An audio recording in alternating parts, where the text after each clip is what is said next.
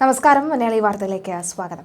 പാകിസ്ഥാൻ മുൻ പ്രധാനമന്ത്രിയും തെഹ്രീക്കെ ഇൻസാഫ് നേതാവുമായ ഇമ്രാൻ ഖാൻ അഡിയാല ജയിലിൽ വെച്ച് കൊല്ലപ്പെട്ടു എന്ന സമൂഹ മാധ്യമങ്ങളിൽ വ്യാപക പ്രചാരണം കഴിഞ്ഞ ദിവസം പുറത്തുവന്നു. വാർത്തകൾ മാത്രമല്ല, ചില ചിത്രങ്ങളടക്കമാണ് ഈ പ്രചാരണം ശക്തമായത്. മുറിവേറ്റ അവശനായി കിടക്കുന്ന ഇമ്രാൻഖാന്റെ ചിത്രത്തോടൊപ്പം തന്നെയാണ് പ്രചരണം അഴിച്ചുവിട്ടിരിക്കുന്നത്.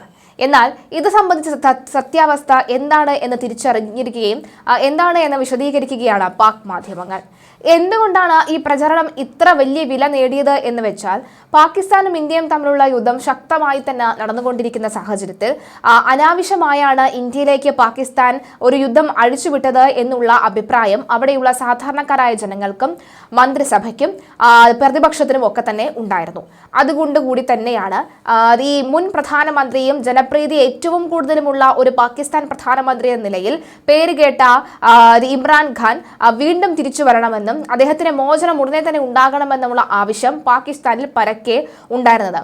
അതിന്റെ കൂടി വൈരാഗ്യം തീർത്തതാണോ, അതിൽ ഭയന്ന് അതിൽ പേടിച്ചാണ് ഇപ്പോഴത്തെ പ്രധാനമന്ത്രി ഇമ്രാൻഖാനെ ജയിലിലിട്ട് തന്നെ തീർത്തത് എന്നുള്ള കിംവദന്തികളൊക്കെ തന്നെ ഒരു സൈഡിൽ ഉണ്ടായിരുന്നു. എന്നാൽ ഇത് സത്യമല്ല എന്നാണ് പാക് മാധ്യമങ്ങൾ സ്ഥിരീകരിച്ചത്. പാകിസ്ഥാൻ രഹസ്യാന്വേഷണ ഏജൻസിയായ ISI ജയിലിനുള്ളിൽ കൊലപ്പെടുത്തിയതായി അവകാശപ്പെടുന്ന ഒരു പോസ്റ്ററാണ് വലിയ ചർച്ചയ്ക്ക് തുടക്കമിട്ടത്. ജയിലിനുള്ളിൽ ഇമ്രാൻഖാനെ വിഷം നൽകി കൊലപ്പെടുത്തിയെന്നും അതല്ല മർദ്ദിച്ചു കൊലപ്പെടുത്തിയത് എന്നുമാണ് അവകാശവാദം ഉയരുന്നത്. ഇതോടൊപ്പം തന്നെ പാകിസ്ഥാൻ സർക്കാർ പുറത്തിറക്കിയതാണ് എന്ന് അവകാശപ്പെടുന്ന ഒരു പത്രക്കുറിപ്പും സോഷ്യൽ മീഡിയയിൽ പ്രചരിച്ചിരുന്നു.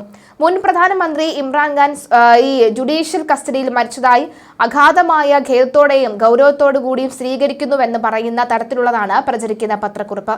സമഗ്രമായ അന്വേഷണം നടക്കുന്ന സാഹചര്യത്തിൽ സംഭവം നടന്നു എന്നത് കുറിപ്പിൽ പറയുകയാണ്. ഇത് വലിയ കോളിളക്കം സൃഷ്ടിച്ചതോടുകൂടിയാണ് പാക് മാധ്യമങ്ങൾ വാർത്ത നിഷേധിക്കുകയും വ്യാജമാണ് എന്ന് അവകാശപ്പെടുകയും ചെയ്തത്. എന്നാൽ ഇതുമായി ബന്ധപ്പെട്ട പാകിസ്ഥാൻ സർക്കാരോ ജയിൽ അധികൃതരോ ഔദ്യോഗിക സ്ഥിരീകരണമോ പ്രസ്താവനകളോ പുറത്തിറക്കിയിട്ടില്ല. 2013 ലാഹോറിൽ ഒരു തെരഞ്ഞെടുപ്പ് റാലിയിൽ ഫോർക്ക് ലിഫ്റ്റിൽ നിന്ന് വീണ് പരിക്കേറ്റ ദൃശ്യങ്ങളാണ് ഇപ്പോഴത്തേത് എന്ന് പറഞ്ഞ് പ്രചരിപ്പിക്കപ്പെടുന്നുണ്ട്. 2022 അവിശ്വാസ പ്രമേയത്തിലൂടെയാണ് ഇമ്രാൻ പ്രധാനമന്ത്രി പദം നഷ്ടമായത്. അഴിമതി അടക്കമുള്ള കുറ്റങ്ങൾ ചുമത്തി 2023 ഇമ്രാൻഖാനെ അറസ്റ്റ് ചെയ്യുന്നത്. തോഷ ഖാൻ കേസിൽ അദ്ദേഹത്തിന് ഈ 3 വർഷത്തെ തടവ് ശിക്ഷയും ലഭിച്ചിരുന്നു.